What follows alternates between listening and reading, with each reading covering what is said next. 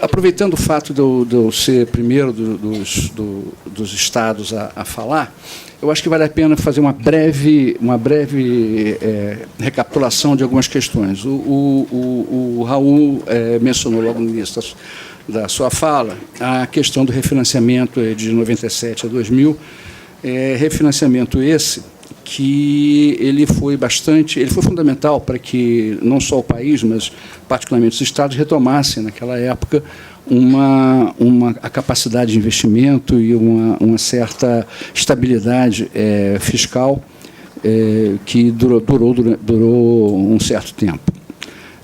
Essa renegociação trouxe àquela época alguns benefícios para os estados, particularmente um grande desconto logo na partida. Né? Se os senhores se lembram, o estoque da dívida renegociada sofreu uma redução significativa por conta da retroação do estoque a uma data anterior.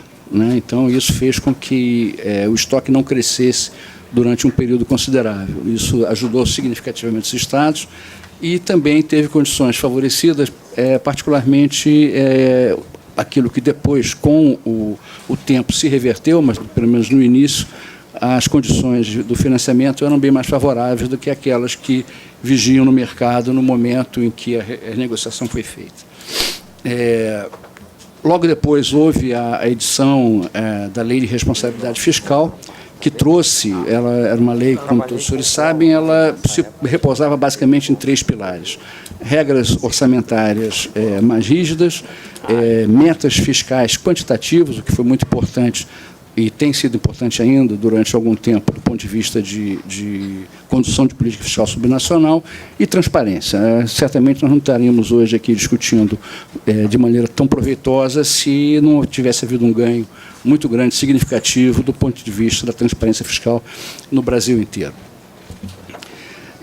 Do meu ponto de vista, isso é algo que eu estou trazendo mais como uma provocação, eu gostaria muito de ouvir a opinião dos presentes sobre esse ponto que eu vou levantar.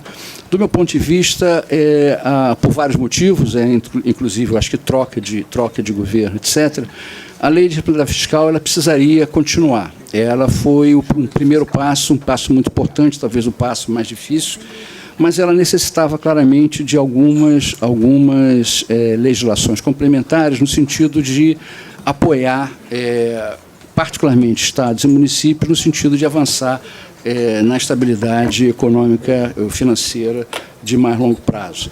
Eu digo isso porque, logo depois, eu acho que ainda em 2000, 2001, o Código Penal foi editado, para incluir os famosos crimes fiscais, e algumas outras medidas seriam importantes de terem se seguido a isso. Mas, infelizmente, não foi possível. E por que eu digo isso? A Lei de Responsabilidade Fiscal trouxe algo que é muito importante, mas que precisa de apoio, que são as metas fiscais quantitativas. O próprio Raul colocou como das principais variáveis de análise na sua fala a relação pessoal sobre receita corrente líquida, que é uma das metas fiscais, um dos limites colocados pela LRF.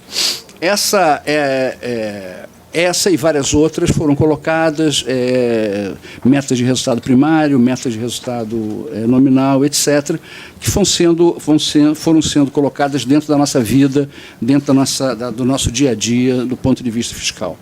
O que ocorre? Quando, por motivos diferentes, vários, às vezes nem todos eles ligados a um eventual colocados... não necessariamente por conta de uma má gestão ou de uma dificuldade específica de um Estado ou outro, ou, por exemplo, quando ocorre uma crise econômica forte, como a que nós estamos vivendo, é natural que esses indicadores se deteriorem. E um outro ponto que nós falamos sobre ele há pelo menos 30 anos e continua sem solução, e o Raul colocou bastante na fala, é a questão da rigidez e dos nossos gastos. Então, é muito difícil nós, eventualmente, num momento como esse, em que a receita tributária dos estados está caindo de forma vertiginosa, com gasto de pessoal rígido, com gasto de previdência mais rígido ainda, como você vai fazer para não estourar os limites do gasto, né? Então, faltou uma flexibilidade maior, ou faltou que o legislador brasileiro, ao longo dos anos que seguiram a promulgação da lei fiscal, definisse rotas de escape, definisse saídas para que os gestores pudessem sair dessa armadilha colocada por um processo de responsabilidade fiscal que começou muito bem, mas que se interrompeu. E é hoje, mais ou menos, o que nós estamos vendo. Só para dar eu não fiz a conta para outros estados, mas no caso de São Paulo, a deterioração desse indicador, despesa de pessoal sobre receita corrente líquida, 1/3 desse indicador, apenas 1/3 do crescimento desse indicador decorre de eventuais aumentos de folha.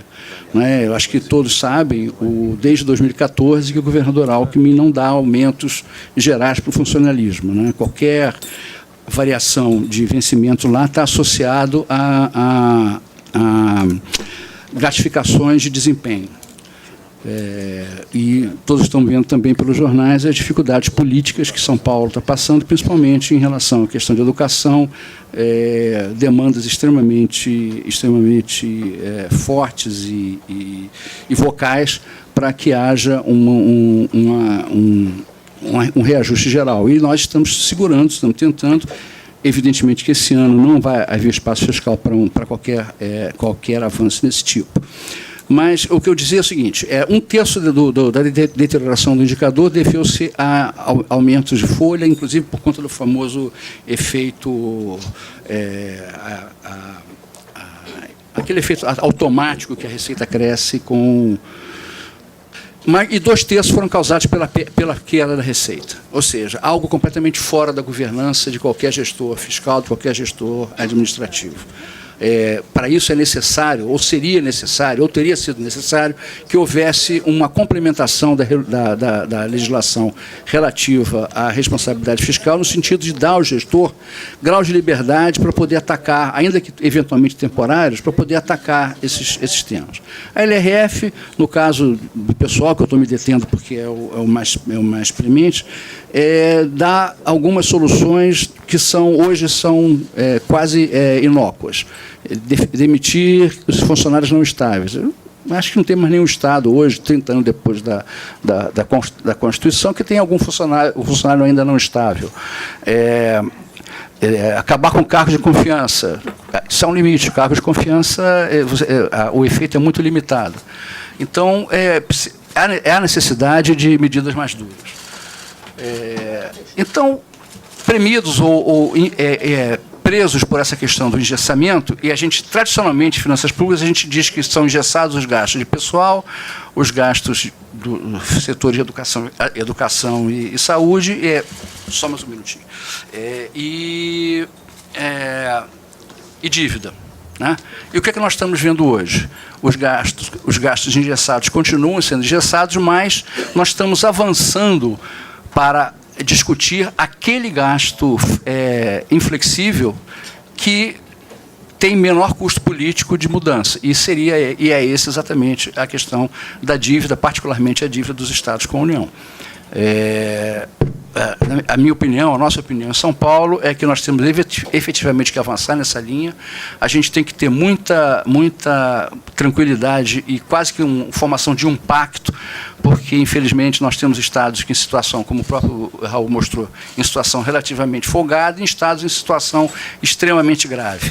É evidente que a gente vai ter que ultrapassar ou mudar uma tradição brasileira que é a chamada isonomia burra. Todo mundo é tratado igual, em vez de você tratar os semelhantes de forma correspondente, e aqueles que têm outra situação você utiliza. Então, nós temos que avançar nessa linha. E outro ponto que para encerrar, eu gostaria de frisar, é que nós já tivemos um avanço recentemente com não especificamente o próprio projeto de lei complementar 257, mas a ideia do projeto em que você vincula uma solução da dívida com um conjunto de regras essas que eu estava me referindo anteriormente, em que permitem que o gestor fiscal possa enfrentar os limites da LRF, possa tomar medidas efetivas e medidas poderosas para que ele cumpra efetivamente os quantitativos,